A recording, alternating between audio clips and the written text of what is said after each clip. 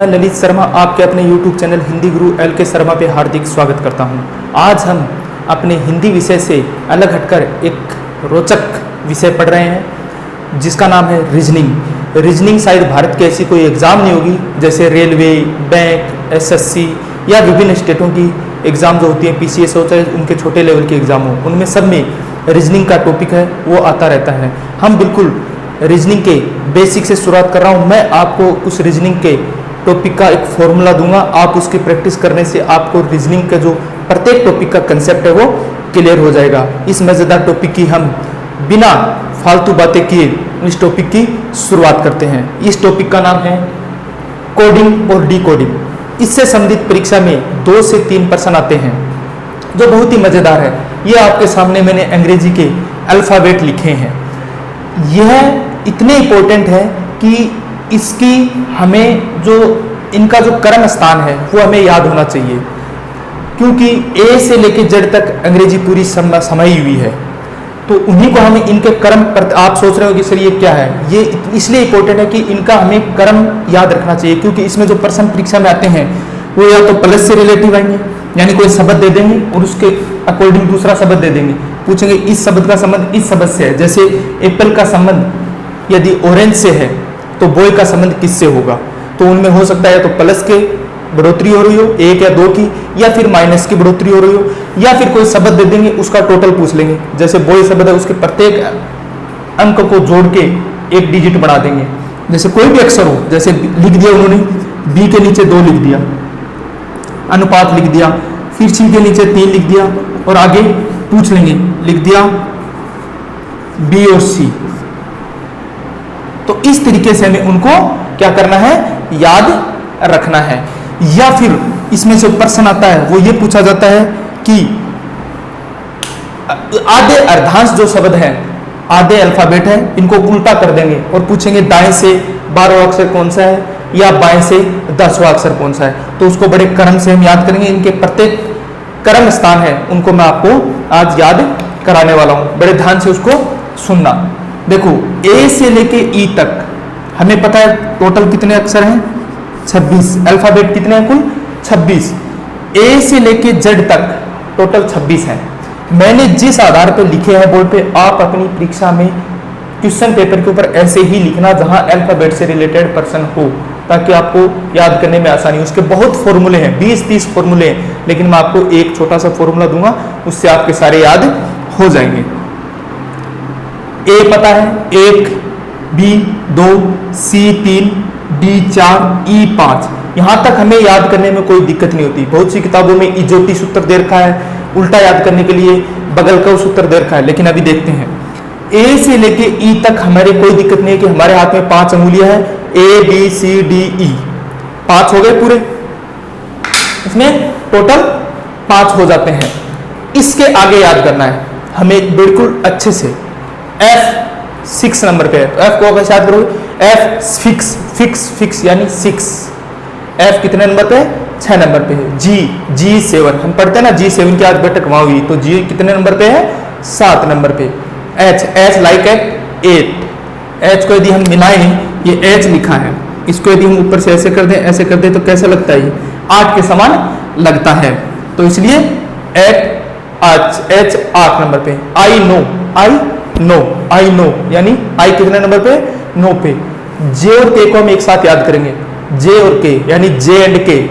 जम्मू कश्मीर में रोज 10-11 गोलियां चलती है। जे एंड के में 10-11 गोलियां चलती हैं। एल फॉर लायन या एल फॉर ललित। लायन को देखते ही चेहरे पे क्या बज जाते हैं, 12 बज जाते हैं। मेरा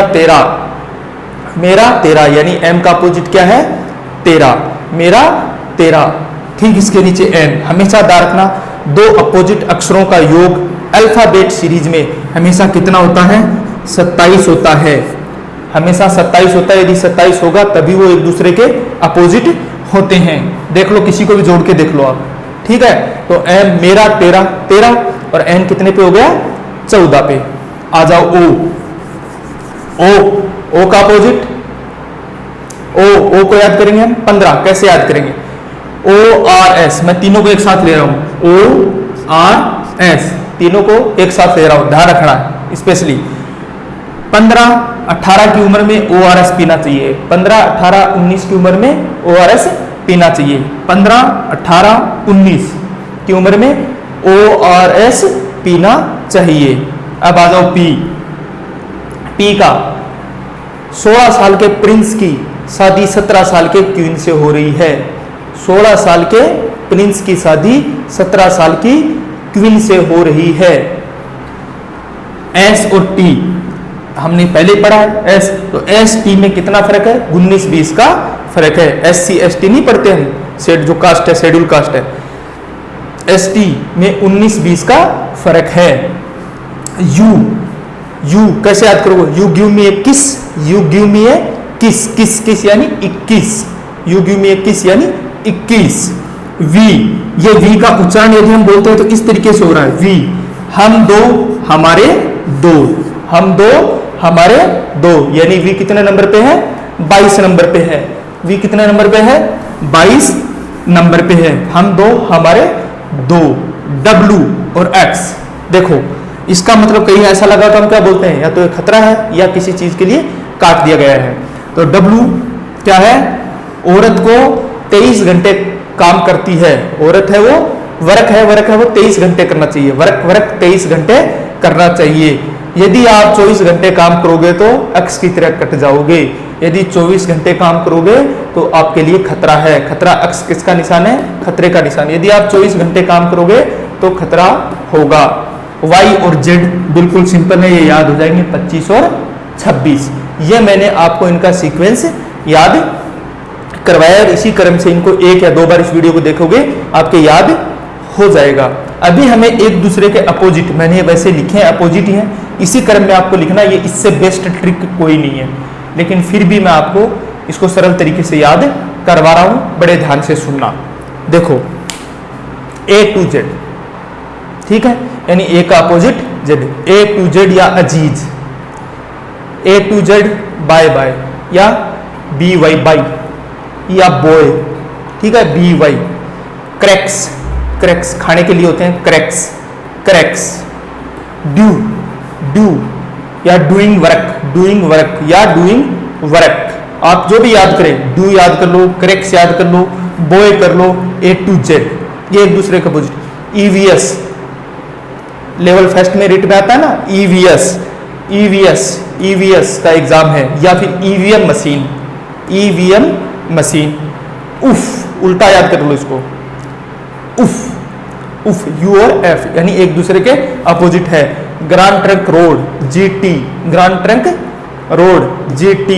trunk road HS higher secondary school, HC higher secondary school. IR Indian railway. JQ, इसको कैसे याद कर सकते हो? जैकलिन, या तो जंगली क्वीन या जैकलिन या जैक कालिस JK। PK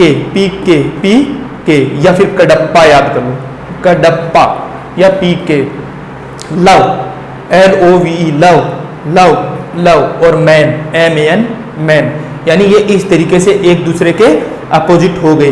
परीक्षा में जिस तरीके से पर्सन आते हैं, कोई भी पर्सन ले लो आप, उसका सीक्वेंस आपको अच्छे से याद होगा। जैसे मैं एक सिंपल सा क्वेश्चन यदि आपको लूं, वो पूछे परीक्षा में, लिखे A अपोजिट Z, लिखे समानुपात, पूछ ले W का क्या होगा, तो हमें पता चल गया A के अपोजिट क्या है? Z है। तो हमें W का हमें याद है क्या है? D। वर्क डेली कर दो या डेली वर्क कर लो। तो इस तरीके से एक तो अपोजिट का पर्सन आपको याद हो जाएगा, या इनके टोटल भी दे सकता है, किसी भी स्पेलिंग को मिला के दे देगा, कोई भी शब्द दे देगा, तो हमें उसी आधार पे उनको याद रखना है। इस तरीके से आप जो मैंने तरीका अपनाया बताया है, इस तरीके के माध्यम से आप इसको कोडिंग और डिकोडिंग के इस फॉर्मूले को अपना के याद कीजिए। मेरे को उम्मीद है कि आपको रीजनिंग की एक ट्रिक है वो पसंद आएगी। आज के लिए बस इतना ही, मिलते हैं रीजनिंग की एक नेक्स्ट वीडियो में।